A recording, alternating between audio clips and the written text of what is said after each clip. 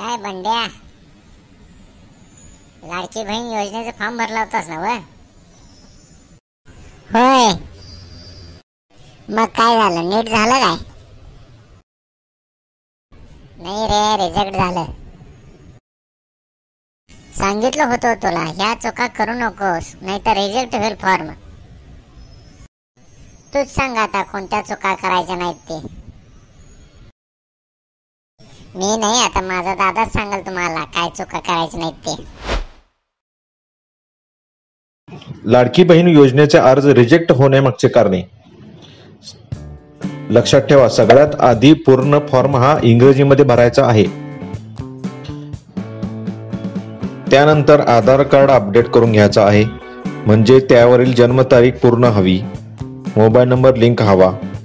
जर तुम्ही आधार card update केला असेल तर जुनाच फोटो अपलोड न करता नवीन आधार कार्ड डाउनलोड करायचा आहे त्यांच्या वेबसाईटवर जाऊन, आणि तो आधार कार्ड अपलोड करायचा आहे. त्यानंतर बँकेचे जॉईंट अकाउंट चालणार नाही.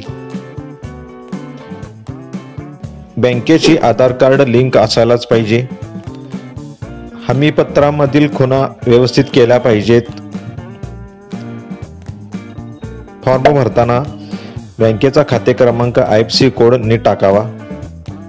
सर्व कागदपत्रे अपलोड करताना क्लिअर दिसला पाहिजे. रेशन कार्ड आणि आधार कार्ड यांची दोन्ही बाजूचे फोटो अपलोड करायचा आहे. त्यासाठी फोटो एडिट ॲपमध्ये जाऊन कोलाज हा ऑप्शन मध्ये दोन्ही फोटो अपलोड करा. बँक पासबुकचा फोटो अपलोड करायचाच आहे. त्यांनी गरजेचे नाही असे दाखवले आहे तरी ते फॉर्म रिजेक्ट होत आहेत. जर तुम्हाला दुसऱ्या योजनेतून लाभ मिळत असेल तर तुमचा फॉर्म रिजेक्ट होणारच.